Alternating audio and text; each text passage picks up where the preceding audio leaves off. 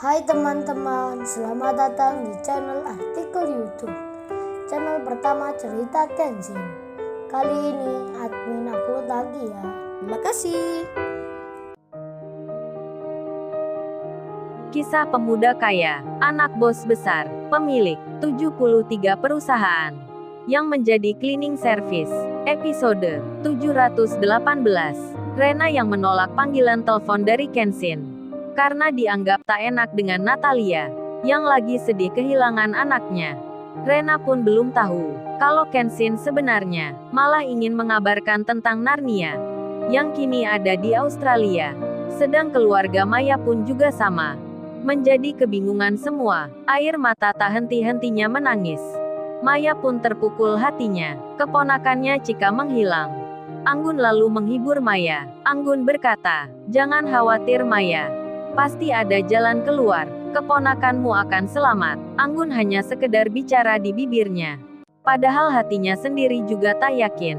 Sebab biasanya anak kecil yang diculik sulit untuk ditemukan. Di tengah tiga keluarga yang dalam kesedihan itu, mereka tak tahu kalau masih ada harapan. Seseorang yang tak ada dalam pikirnya saat ini akan menyelamatkan anaknya. Kenshin diam-diam mengikuti tiga wanita, yang bersama tiga pria pula. Masing-masing membawa anak digendongnya, yang dalam kondisi tertidur. Jadinya tak ada orang yang curiga kalau mereka itu sebenarnya mafia, yang baru membeli anak dari orang yang dibayarnya. Sedang Kenshin masih berjalan di belakangnya. Kenshin memutuskan menunggu, tak buru-buru untuk menghardiknya. Tak lama kemudian, ada mobil yang datang menjemput ketiga wanita dan pria itu. Kenshin pun menaiki taksi, mengikuti dari belakang. Setelah 10 menit berjalan, ketiga orang itu berhenti di depan restoran. Semua lalu masuk ke dalam. Kenshin pun berjalan. Saat itu mereka belum tahu kalau ada orang yang mengawasi. Lalu Kenshin duduk di dekat meja ketiga orang tersebut. Sambil memesan makanan, Kenshin memperhatikan. Kemudian Kenshin merasa seperti pernah melihat anak yang satunya. Tapi Kenshin lupa di mana pernah bertemu anak itu kapan pula. Yang dilihat Kenshin itu anaknya Wati, yang bernama Mechi. Kemudian datanglah seseorang yang langsung dipanggil oleh ketiganya. Dalam bahasa Inggris mereka berkata, "Oh ya Pak, tugas sudah kami laksanakan. Apa yang diinginkan telah kami dapatkan. Coba Pak lihat sendiri. Anak-anak ini masih tertidur." Rupanya yang datang itu atasannya. Kenshin langsung menyadari, benar-benar mereka memang penculiknya. Tapi Kenshin tak langsung menghardiknya. Kenshin menunggu sembari makan, sambil mencari informasi. Kemudian atasannya itu bilang, "Bagus kalau gitu kalian akan dapat hadiahnya. Bos dan Tuan Putri nanti akan senang." Atasannya pun bertanya lagi, "Terus kalian membawa ke sini apa semuanya aman, tak ada masalah?"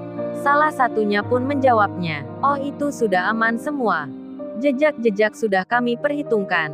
Jadi tidak mungkin ada yang tahu akan hal ini."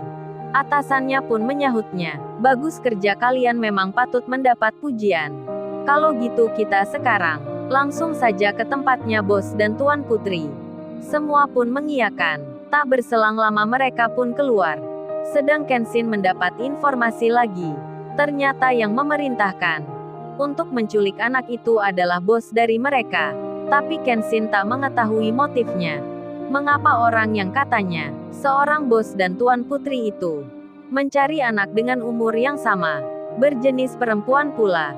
Kenshin pun mengikuti lagi, dengan naik taksi kembali. Saat itu jam 10 pagi. Ketiga mobil yang diikuti berhenti di depan perusahaan teknologi. Ketiganya pun masuk ke perusahaan itu. Kenshin pun tak bisa mengikuti, karena bukan karyawan ataupun pegawainya.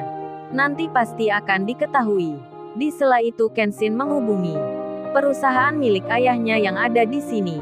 Kenshin meminta bantuan untuk mengirimkan orang. Namun karena perusahaan ayahnya yang di Australia ini tempatnya tak sama dengan posisinya Kenshin, melainkan ada di luar kotanya. Jauh pula jaraknya, mereka pun akan tiba hingga beberapa jam lamanya.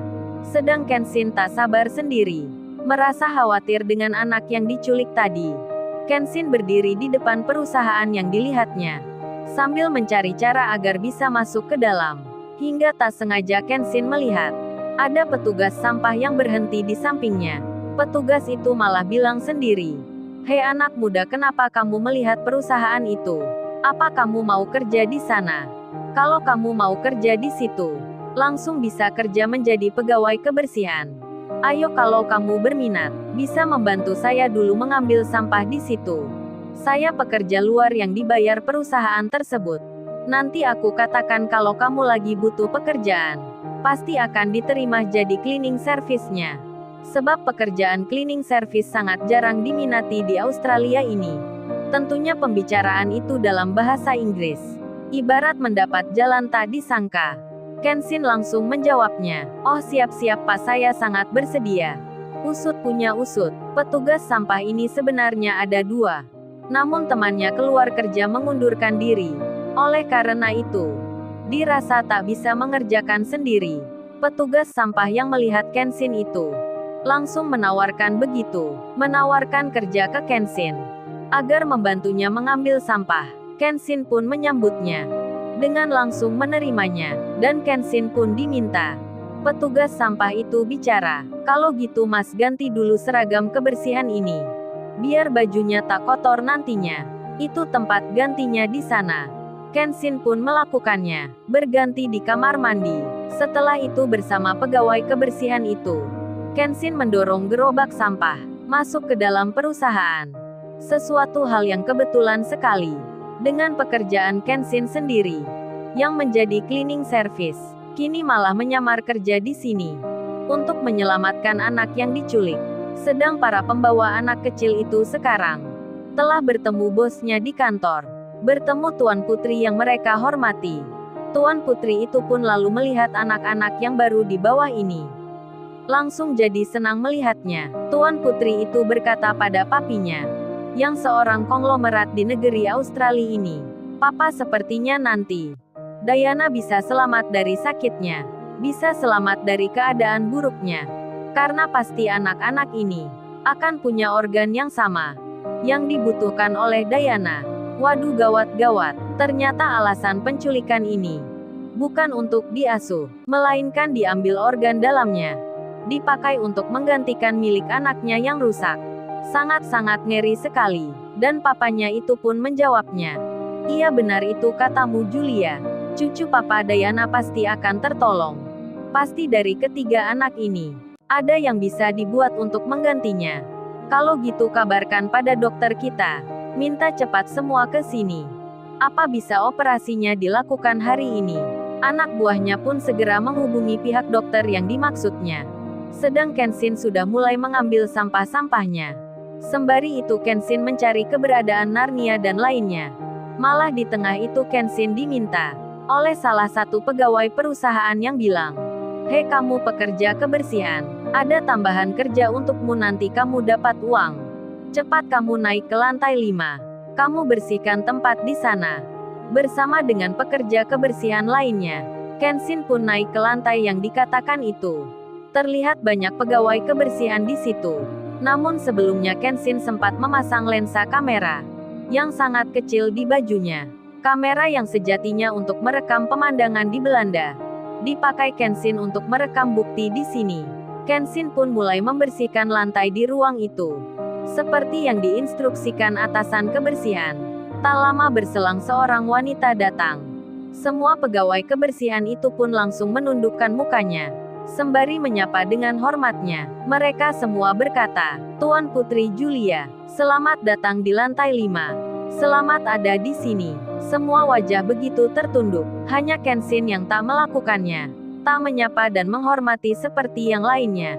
Jadinya Kenshin pun dilihat oleh Tuan Putri yang bernama Julia itu. Lalu, bagaimana kisah selanjutnya? Subscribe channel ini untuk episode berikutnya. Terima kasih. Jangan lupa ya guys, untuk kelanjutan ceritanya ada di artikel YouTube. Jangan lupa subscribe ya guys, dan tekan notifikasinya